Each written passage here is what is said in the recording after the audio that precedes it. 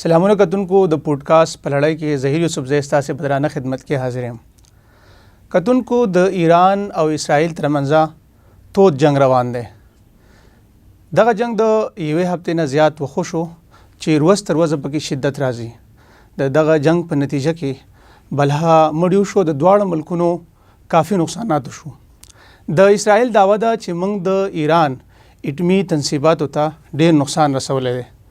د دې په مقابله کې د ایران هم دعوه ده چې دغه جنگ په مقابله کې موږ هم جوابي سخته کاروایی کړې ده او موږ به تر هغې جنګیږو، مقابله به کوو، خپله بدله واخلو تر څو چې په موږ کې ساوي او موږ به اسرائیل ته سبق خایو. کتونکو یاد دی وی چې د دې جنگ په نتیجه کې د ایران ډیر بنیادی او اهم تاوان شوی دی چې پکې آرمی جنرال اسټاف 3 سینیر جنرالان، د اسلامی پاسداران انقلاب سینیر کمانډران، انټیلیجنس چیف، انټیلیجنس ډیپټي چیف، وار ټایم چیف اف سټاف په ګڼ شمېر سینیر او اهم اټمی ساینسدانانو سره سره په سوونو عام ولس هم وژل شوی دی. د دغه دومره تاوان نفس د ایران څومره نقصان شوی دی، څومره کمزورۍ په ایران کې راغلی دي، د دې جنگ بنیادی محرکات څه دي، اسرائیل څه غواړي او د اسرائیل نه علاوه که دغه جنگ جاری پاتې شي نو په سیمه کې به څومره تاوان وشي، نور ملکونو ته او نړۍ ته به څومره نقصان ورسي. په دغه جنگ کې د امریکې څه بنیادی رول دی. زموږ سره په پروګرام کې سینیر تجزیه کار سمی صاحب موجود دی. سمی صاحب د وسطی ایشیا په معاملاتو په جغرافیه جوړ نظر لري او د څه تعارف محتاج نه دی. سمی صاحب تاسو ته په پروګرام کې هرکلی وایو او مننه مو کوو چې موږ ته مو وخت راکړو. ډېره مننه ظهیر صاحب، ستاسو ډېره مننه. سمی صاحب دغه د ایران او اسرائیل جنگ روان دی، تاسو څه ګڼئ د دې جنگ بنیادی محرکات څه دي، اسرائیل څه غواړي؟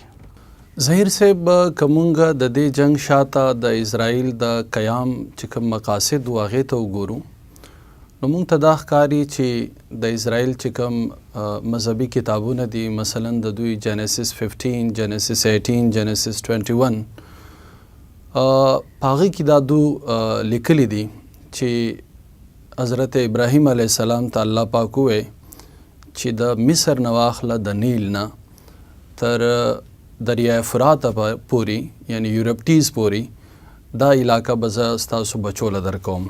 نو د دوی دعوه دا ده، بنیادی دعوه دعوه چې دا حصے یعنی شام، د مصر سه حصہ، سعودی عرب اور اسرائیل پخپله، فلسطین، دا ټولی عراق، دا ټولی زمونږ بنیادی حصے دي او دا زمونږ د پلار نیکه ځمکه ده. بیا د وخت سره سره په دې کې دوی مزید ایکسپینشنزم راوستو. فادر اف زایونیزم ورته ویل کېږي، تیوډور هرزل. د زایونیزم مطلب دا دی د اسرائیل پیلاو، د یهودیانو په دنیا کې به څنګه پیلاو جوړیږي او د دوی به د ملک څنګه دوی مزید فراخوي. د دې تحریک دپاره که دوی هر څه کوي دا جایز دی، د پوره نظام ته دوی زایونیزم ویلی. نو دغه د زایونیسٹ تھنکنگ چې کله مزید مطلب پریویل شو، مزید ایکسپینډ شو، دغه ایکسپینشن بعد دوی په دې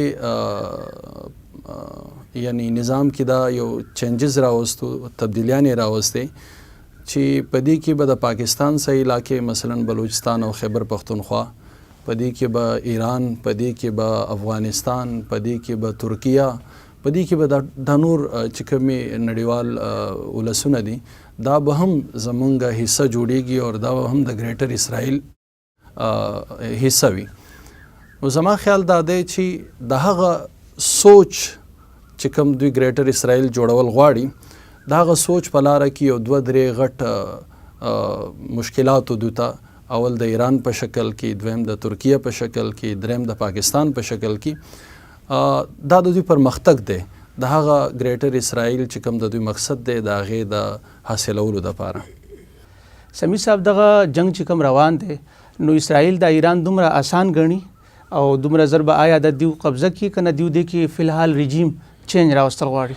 قبضه کول او ریجیم چینج یعنی د حکومت تبدیلی دا دواړه ډیر مشکل کارونه دي. د اسرائیل کیلکولیشن یا د اسرائیل چې کوم د ایران په باره کې سوچ کړی و هغه شاید د دوی د غلط فهمۍ په بنیاد باندې کړی و.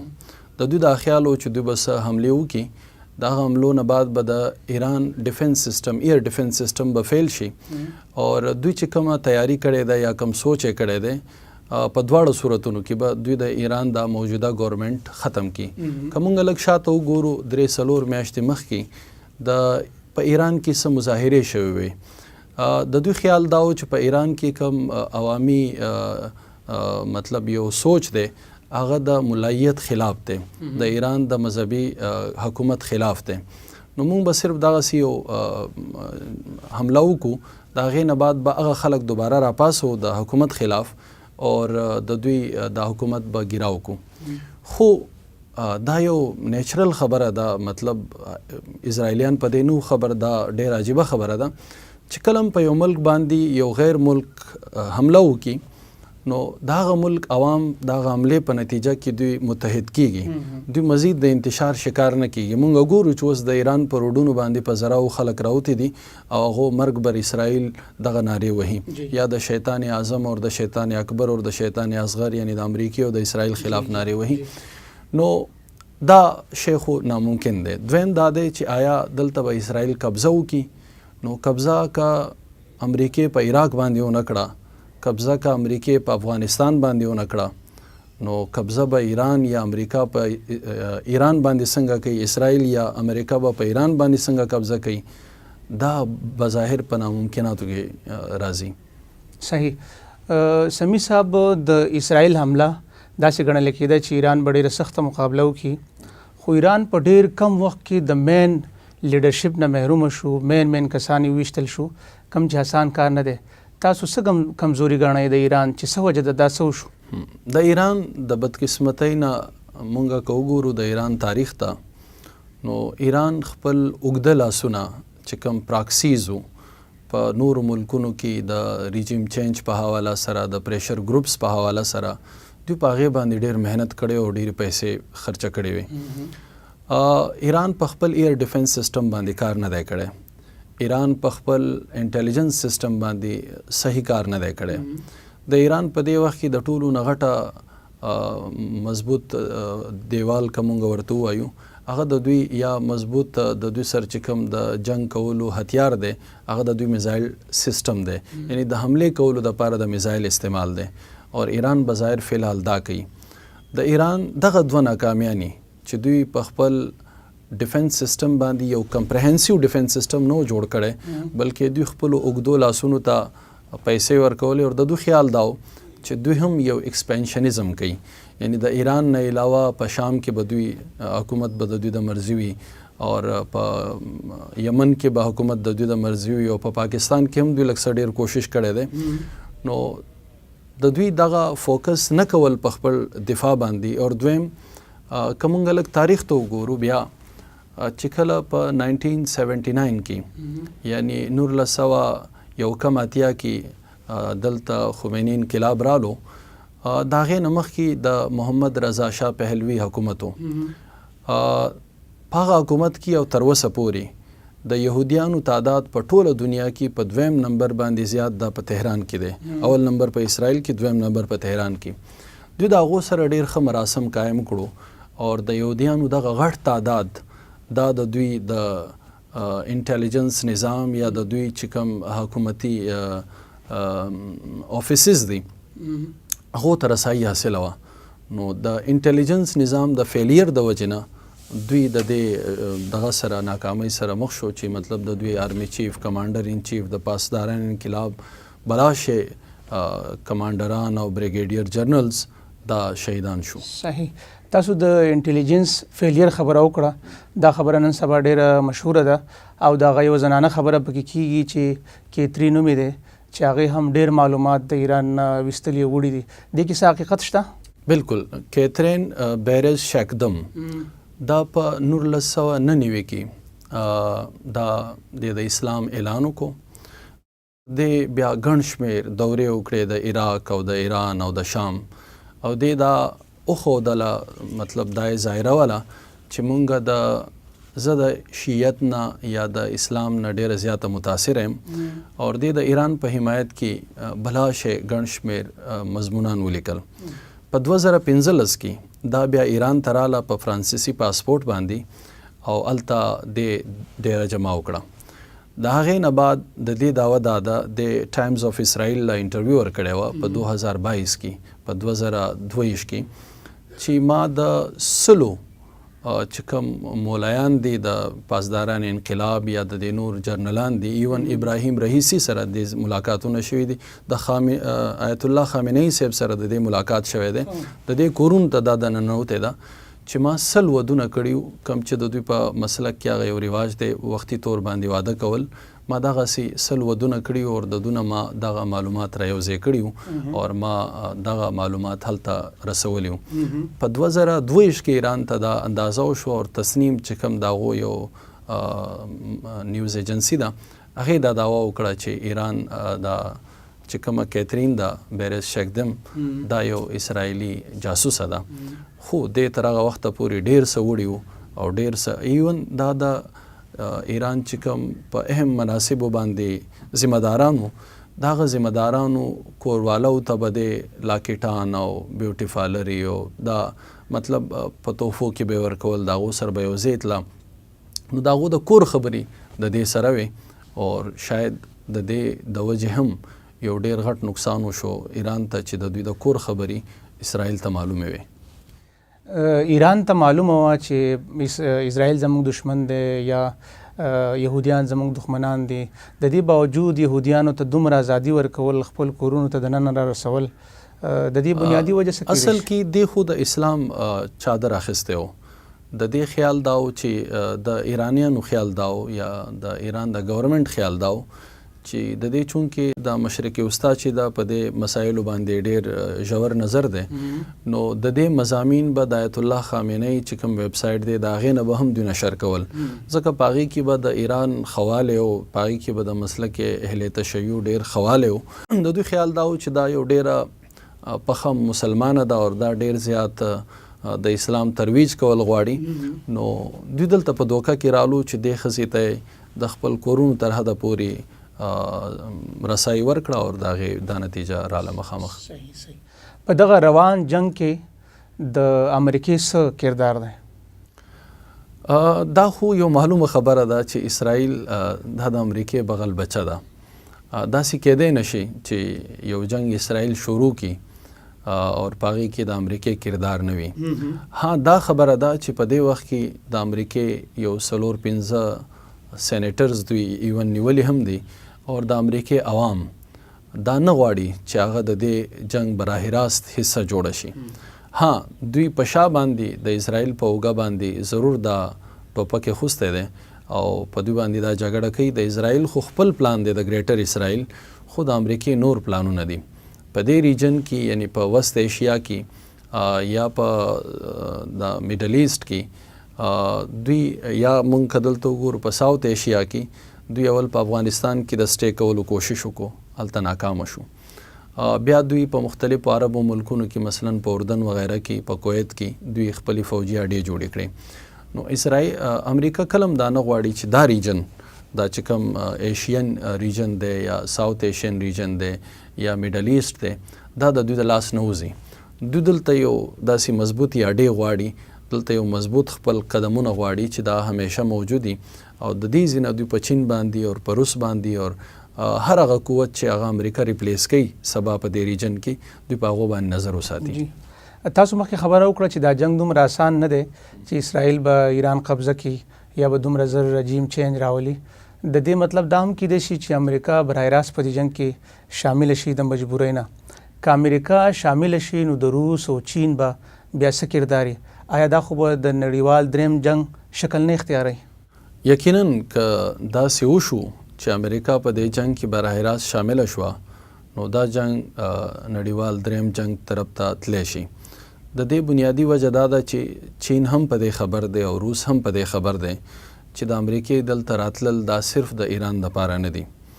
ټیک ده د اسرائیل خدا خواهش دی چې ایران لرې شي او د هغو چې کوم پلان دی د په هغې باندې عمل وشي، خو امریکا صرف د دې دپاره نه ده را روانه چې هغه د اسرائیل پلان له عملي جامه ورکړي. بلکې امریکا دې لاره روانه ده چې د دوی تجارتي چې کوم روټس دي، د دوی کوم ایکسپینشنزم دی، د په نور ملکونو باندې چې کوم د دوی انفلوئنس دی دا ختم کی. نو په دې حواله سره پرون نه 2 ورځې مخکې د چاینا صدر د دوی غندنه کړې ده چې امریکا کا د خپل میجر پاور حیثیت په دنیا کې داغداره کی، نو د دوی مثال به هم د برطانیې د قوت شانی کوم چې سوچ کولو د نن 100 کاله مخکې چې زمونږه حکومت کله هم نشي ختمېدی، نو داسې یو ورځ به بیا راشي چې څوک به د امریکې نام و نشان هم نه پیژني. دا د دې خبرې اعلان دی چې که امریکا په دې جنگ کې براه راست راله نو چاینا به په دې باندې بالکل خاموش نه وي. او پرون د روس پیوټن هم اعلان کړی دی چې مونږ دا غواړو چې دا شخړه ختم شي، د دې جنگ په حواله سره سم مذاکرات وشي، خو که دا نه کیږي نو مونږ د ایران د سلامتۍ په حواله سره به مونږ دا کوشش کوو چې د ایران سلامتۍ څوک په خطر کې وانه چي. یعنی دا یو قسم اسرائیل لا او امریکا لا یو انډیکیشن دی، یو اشاره ده چې دا د خطې چې کوم قوتونه دي دا به دا جنگ صرف ایز تماشایی نه ګوري، بلکې کېدای شي سبا دا ملکونه د دوی حصہ جوړ شي. د پاکستان دغه جنگ په اړه څه موقف دی؟ پاکستان موقف ته که موږ وګورو، پاکستان ډیر یو سټرونګ او ډیر یو نارینه موقف ورکړی دی. پاکستان هغه اول ملک دی چې هغه د ایران صدر سره رابطه وکړه او د اسرائیل غندنه یې وکړه. او داسې که موږ دغه ته وګورو، مثلا د اقوام متحده کې د پاکستان کردار ته وګورو، نو پاکستان د تمامو ملکونو سره د ایران د حمایت په اړه رابطې وکړې. اوس څو ورځې پس د سلامتي کونسل اجلاس هم دی په دې حواله سره، نو پاکستان په هغې کې بنیادي کردار ادا کړی دی چې دا اجلاس راوغواړي. او پاکستان چونکې 2 مسلې دي، د ایران سره زمونږ یو ایز ا مسلم یعنی یو برادرانه تعلقات دي، دویم دا زمونږ پړوسی ملک دی. نو که یو پړوسی ته د یو پړوسی په کور کې اور ولګي، دا هغه بل پړوسی ضرور د هغې نه متاثره کیږي. او دویم زمونږ یو تاریخي مطلب تعلقات هم دي. که خدای ناخواسته نن په ایران باندې اسرائیل کامیاب شو او دا حکومت ختم کو او دلته رالو هغو پنجې خښې کړې، نو دا خبره لرې نه ده چې سبا دوی پاکستان ته هم په کږو سترګو وګوري. نو پاکستان په دې حواله سره پاکستان دا ضرور کوي چې پاکستان د دې جنگ تر اوسه پورې یا په آینده کې هم براه راست حصہ نه جوړیږي. بیهایند د سین که مونږ لږ ډېر د ایرانیانو مرسته کوو، په سفارتي سطح باندې د هغو مرسته کوو، د دنیا په مخ کې د اسرائیل غندنه کوو، ایران ته غیر جنگي چې کوم ضروریات دي د هغو عوام ته د راشن د نور مرستې هغه به مونږ ضرور کوو. د هغه پاکستان د دې اراده لري. صحیح. آیت الله خامنه‌ای ویلي چې موږ به تر هغې جنګیږو چې موږ څو اسرائیل ته سبق نه زده کړی او موږ څو خپله پوره بدله نه اخیستی، تر دې چې موږ کې څو سای نو موږ به جنګیږو. بل طرف ته که موږ وګورو نو ویل شوي دي چې د ایران وزارت خارجه د جرمني او د برطانیه د هم منصب سره ملاقات کوونکي دي او مذاکرات شروع کیدونکي دي. دغه 2 خبرې د یو بل سره تضاد لري، دا څه معنا څه حقیقت لري؟ اصل کې ظهیر صاحب د جنگ طریقه دای چې ته په 2 محاذ باندې، یعنی دا د جنگ ټاکټکس دی چې ته په 2 محاذ باندې خپل کوششونه جاری ساتي. پرون یعنی د بوت په ورځ باندې د ایران یو جهاز د هغو د سفارتکارانو سره نډک هغه تللی دی په عمان کې کوز شوی دی. په جمعې په ورځ چې کوم مذاکراتو ته تاسو اشاره وکړه د جرمني او د فرانس وغیره سره، دې ته د امریکې حمایت هم حاصل دی. دوی ضرور دا مذاکرات کول غواړي، خو د امریکې چې کومه غوښتنه ده چې ایران به نه صرف نیوکلیر بم نه جوړوي، بلکې ایران به تمام نیوکلیر اساسي چې کوم ناغو بجلی جوړوي، دغه تنصیبات به هم ختمي. ایران په دې خبره تیار نه دی. نو خامنه‌ای یو عوامي فګر دی. خامنه‌ای په دې وخت کې یو سپریم کمانډر دی. سپریم کمانډر به یقینا د خپل ملک د دفاع او د دشمن د غندنې भरपूर कोशिश کوي.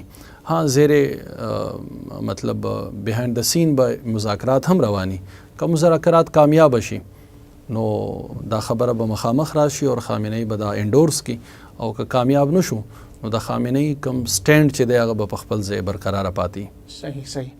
تاسو په خپل خبرو کې د ګریټر اسرائیل خبره وکړه چې په هغې کې عراق او لبنان او داسې نور ملکونه څه وهلی شوي دي او څه مسلسل لګیا دي وهلی کېږي. د دې مقصد خو دا دی چې په راروان کې نورو اسلامي ممالکو ته هم خطرې دي. نو تاسو څه ګڼئ دا 21 ملکونو د ایران سره د همدردۍ اعلان خو کړی دی خو عملی قدم یې نه دی پورته کړی. څه کول پکار دی؟ عملی قدم پورته شوی دی که پورته کیږي؟ دا د مسلم دنیا بدقسمتي ده چې تر اوسه پورې یو مسلمان ملک هم په دې حواله سره داسې عملی قدم نه دی پورته کړی کم قدم چې د اسرائیل قدم رکاو کی یا پشا بوزي. اگرچه په دې حواله سره د ECO یعنی اکونومیک کوآپریشن ارګنایزیشن چې کوم پخوا RCD دا پاکستان راغوښتی دی. په هغې کې پاکستان دی، ترکیه ده، آذربایجان، کازاکستان، ازبکستان، ترکمانستان دا ملکونه دي. دغسې د OIC اجلاس پاکستان راغوښتلی دی. دوی ټولو غندنه کړې ده او اوس د دې په دې اجلاس کې د ECO په اجلاس کې به لږ سپیشل مشاورت هم کیږي. خو دا امکان بظاهر نه ښکاري د مسلم دنیا د طرف نه چې دوی د ایران په جنگي محاذ باندې مرسته وکړي. په هغې کې سیاره د ایران نه ده چې پخوا څنګه هغو مختلف ممالکو کې خپل ګروپونه فیسیلیټیټ کړي او د هغه ممالکو د مذهب یا د عقیدې یا د مسلک خلاف استعمال کړي. او دویم د دنیا د غټو طاقتونو نه هم یره ده، ځکه دا ټول ممالک د دوی تجارت، د دوی سټریټیجیک تعلقات دا د دې غټو ملکونو سره مثلا د امریکا او د فرانس او برطانیه او د دې خلکو سره دي. نو دوی خپل تعلقات د ایران دپاره خرابول نه غواړي. البته دا کوشش کیدای شي وشي او کیدای شي دا کوشش ثمرآور ثابت شي، نتیجه خیز ثابت شي چې دوی د مذاکراتو یو ډول واچي او اسرائیل یا امریکا په دې خبره راضي کړي چې دوی دوباره د ایران سره چې کوم مذاکرات و شروع کېدو والا دي دا نتیجه خیز کړي، دا برابر کړي. صحیح. د اسلامي ملکونو ترمنځ اکثر دغه مسلکونو د فرقو مسایل هم وي او د یو بل د فرقو خلک وژني او کوشش کوي چې ساړې ګډې جوړ کړي. تاسو څه ګڼئ د مسلمانانو په اختلاف کې، بې اتفاقۍ کې د فرقه پرستۍ څه بنیادي رول شته؟ ډېر غټ رول دی. ظهیر صاحب که مونږ وګورو دا یو داسې مسله ده چې د روز اول نه را روانه ده. د صحابو د دور نه بعد یعنی د تابعین او تبع تابعین او تر اوسه پورې 1400 کاله په دې کې وشو. کله هم یو شیعه په زوره یو سړی شیعه نشي جوړولی او کله هم یو سني په زور باندې یو شیعه سني نشي جوړولی. نو د دې ښه خبره دا ده چې دا دواړه مسلکونه د یو بل د مسلک احترام په دې توګه وکړي چې د بل مسلک نه چیړي، په خپل مسلک باندې عمل کوي. د یو بل چې کوم محترمات دي یا معززین شخصیات دي د هغو احترام وکړي او د خپل مسلک پیروي کوي. په دنیا کې تر اوسه پورې داسې کله هم نه دی شوي چې یو غټ جماعت په زور باندې د بل جماعت مسلک قبول کړی وي. خو بدقسمتي دا ده چې مذهبي چې کوم ایلیټ کلاس دی د هغو کاروبار په دې چلی. نو د هغه کاروبار د چلولو دپاره او دغه ملکونه چې کوم په شا دي چې کوم پراکسیس چلی د دوی د خواهشاتو د وجې د دنیا په دې بعضې سیمو کې دغه اختلافات راوچت شي او عام خلک د هغې نظر شي. صحیح. ایران په باره کې به لږه بیا خبرو وکړو چې دا ایران کې چې کوم د رژیم چینج امکان دی، یعنی ایران په ظاهره د اسرائیل مقابله نشي کولی، د امریکې مقابله نشي کولی، امکان دا لري چې رژیم چینج به راشي. تاسو دې خبرې سره څومره اتفاق لرئ؟ نمبر 1. نمبر 2 دا که رژیم چینج راشي نو دا به په ایران او په غیر چاپیره ګاونډي هیوادونو څومره فرق پرې باسي؟ د رژیم چینج دپاره که موږ د دوی کوششونو ته وګورو نو د دوی سره یو آپشن دا دی چې هلته کومه لیبرل طبقه ده هغه راپاسی او د هغو ګورنمنټ جوړ شي. د هغو د لیډرشپ دپاره د دوی سره رضا پهلوي دی کم چې ولی عهد د 1979 نه مخکې په ایران کې یعنی د محمد رضا شاه پهلوي زوی د نن سبا په یورپ کې دی مطلب په فرانس کې دی څو ورځې مخکې د لور امام پهلوي د هغې واده شوی دی د یو برډلی شرمن یو یهودي الګ سره او د هغې په واده باندې دا بیان ورکړی و چې په دې باندې ټوله دنیا کې تمام شیعګان ډېر خوشحاله دي علاوه د څو ملایانو نه او پرون دا بیان ورکړی دی او دا تمام مغربي میډیا رپورټ کړی دی چې ما سره د ایران د ترقۍ او د خوشحالۍ یو پلان موجود دی او زه دا غواړم چې ایران ترقي وکړي خوشحالي وکړي او خلک زما سات راکړي او زه دا پلان اپلای کم نو د دې یو ښکاره اشاره دا ده چې اسرائیل یا امریکا شاته دغه سړی لري او دوی غواړي چې د دوی په ذریعه باندې دلته اختلافات راوچت کړي خو د جنگ په دوران کې دا ممکنه نه چې یو داسې سړی چې هغه د مغرب پروردی او هغه راشي او هغه د دې ملک په کوم ملک چې هغه مغرب حمله کړي د هغې د عوام هغه کنسنټ حاصل کړي د هغو همدردي حاصله کړي د هغو ووټ واخلي دا بظاهر ممکنه نه ښکاري. صحیح. سمی صاحب د فیلډ مارشل خبره به وکړو هغه څه پروګرام له امریکې ته غوښتل شوی هغه ته بلنه ورکړل شوې وه او بیا ناڅاپي ټرمپ شاید په تاریخ کې په اول ځل د پاکستان یو طاقتور سړي سره برای راست ملاقات کولو خواهش اظهار کړی دی. تاسو څه ګڼئ دا د ایران او اسرائیل په جنگ په معامله کې به هم د دې سره ډسکشن شوی او دغه ملاقات ته تاسو په کم نظر ګورئ؟ ظهیر صاحب د ملاقات ته که مونږ وګورو دا ملاقات اصل کې د ایران نه مخکې یعنی د اسرائیل د حملې نه مخکې چې په ایران شوې ده د هغې نه مخکې پلان شوی د نن نه شپږ هفتې مخکې اور د دې ملاقات بنیادی وجه شاید ریئر ارث منرلز یعنی د ځمکې چې کوم دولتونه دي ګیس اور قدرتي ګیس اور انرژي اور نور داسې مټیریلز چې کوم دي په دې حواله سره د چین سره د امریکې د تعلقات په حواله سره اور د پاکستان د یو نوی رول په حواله سره د اپریشن بنیان المرصوص نه بعد موږ ګورو چې هر طرف ته د پاکستان سفارتي کامیابیانې دي او د هغې ټولو بنیاد هغه اپریشن کامیاب بنیان المرصوص دی. خو په منځ کې دغه حمله وشوه اور یقینا پرون چې کوم سټیټمنټ رالو د هغه ځینه په هغې کې دا خبره هم وشوه چې آرمی چیف سره بلکې ټرمپ دا ویلی دی چې ما ته دا اعزاز حاصل شو چې ما د آرمی چیف سره فیلډ مارشل صاحب سره ملاقات وکړو دا د پاکستان د سفارتي اور عسکري کامیابی یو ډیر غټ اعلان دی اور دا د پاکستان دپاره یو ډیر د نیک شګون خبره ده چې هغه پاکستان چې خلکو به وی دی ایرلیونټ دی هغه نن په دې ایریا کې د خطې د یو لیډر په شکل کې د امریکا سره مذاکرات کوي د امریکا سره ناست دی اور کته وګورې دغه ملاقات شکل ته اوول افس کې چې کوم پوره کابینټ دی د امریکا په هغې کې مارکو روبیو دی د هغو وزیر خارجه او ټرمپ پخپله دا ملاقات دوی د 1 غنټې دپاره پلان کړی او ملاقات د 2.5 غنټو نه ډېر زیات شو او ټرمپ ډېر د خوشحالۍ اظهار وکړو د آرمی چیف سره د میلاوېدو نو دا د پاکستان دپاره خو یو ډېره غټه کامیابي ده.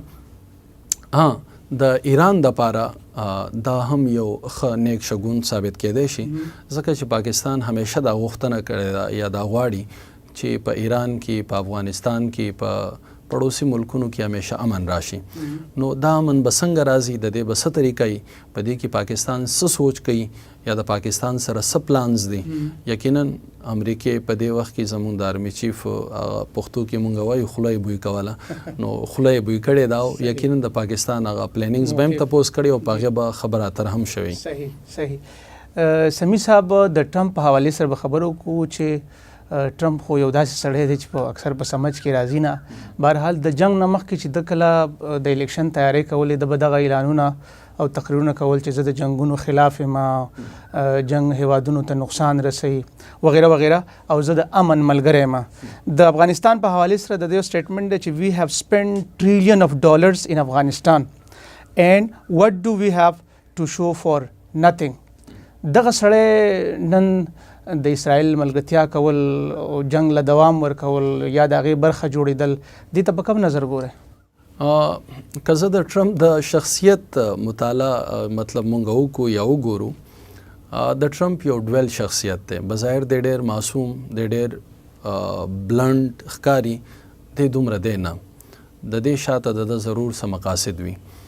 نو اول د امریکې عوام په دې باندې غولول چې سیبا دا پیسې خو زموږ نه ټورې بار لاړې. په امریکا کې خلک 1/3 ټیکس پی کوي د خپلې آمدنۍ. نو دا هغه دا هیله ورکړه، هغو له دا یو سوچ ورکړو چې دا پیسه به اوس بار نه ځي، دا به په دې ملک خرچه کېږي او په تاسو به د ټیکس دا زور کم شي. د ووټ واخیستو، د کامیاب شو.